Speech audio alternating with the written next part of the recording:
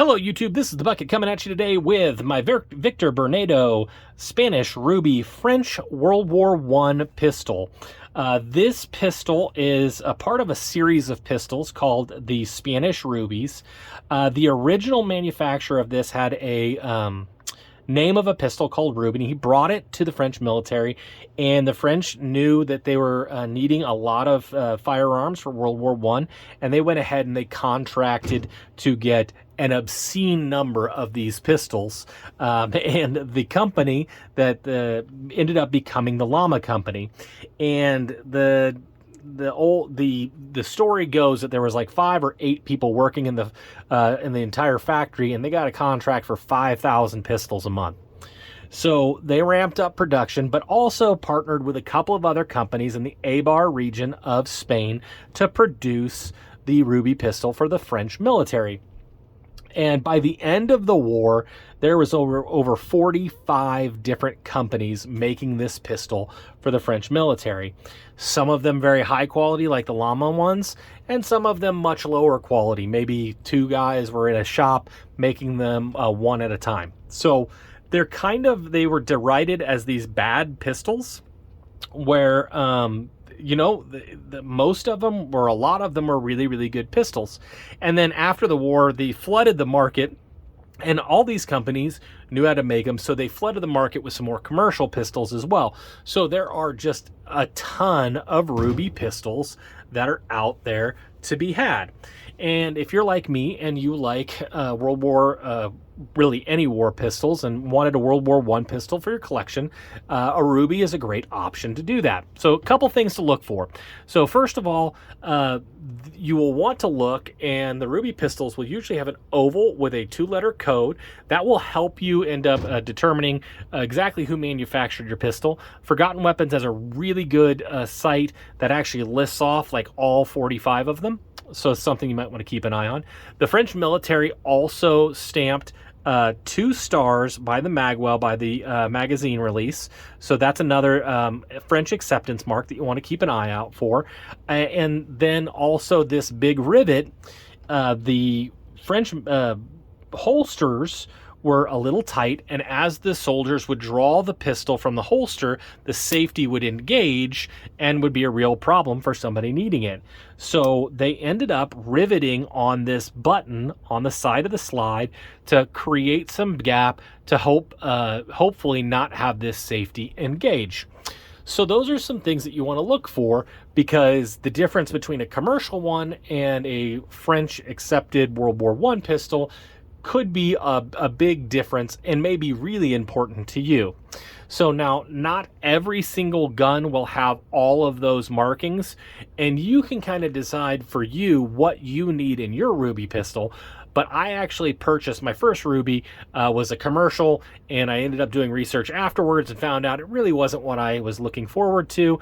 And so I ended up not liking what I got and ended up taking my time when I bought this one. So this pistol right here, by all remarks, is going to be a French accepted World War I pistol. So that made me really, really happy. So how this gun was designed and how it really came to be is, under Spanish law, the Spanish did not really care about patents unless your company was producing the product in Spain.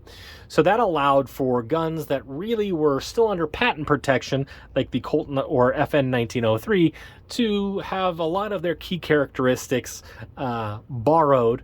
And that's really where this pistol comes from, because this really is a copy of a Colt 1903/FN 1903.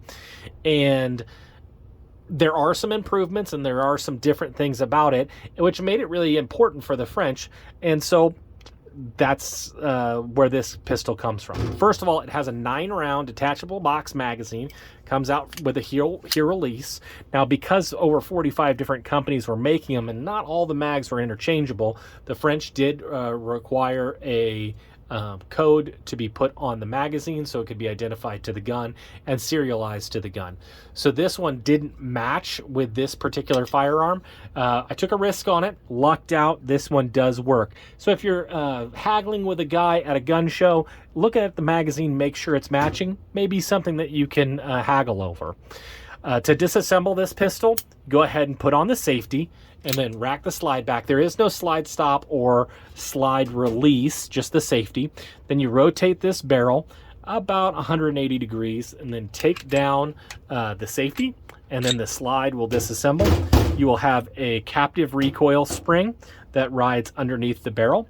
And then to get the barrel out, you just need to re-rotate that back to that 90 degrees and then take the barrel out. This has 3 lugs that interface with the frame, just like a Colt 1903 or FN 1905 or FN 1910 or FN 1922. It's a very popular design. This is a direct blowback gun. The barrels sometimes will have a separate assembly number. Because they were producing these guns, they did have a need to go ahead and ensure that the pieces didn't go from one person's table to the other. So you will see that from time to time. Usually they will be serialized in a couple of different places or have different makers or assembly marks within the pistol. This is really dirty. I just got it back from the range, so you can tell I really did shoot it.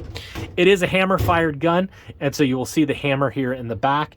To reassemble the pistol, it's just the same thing in reverse.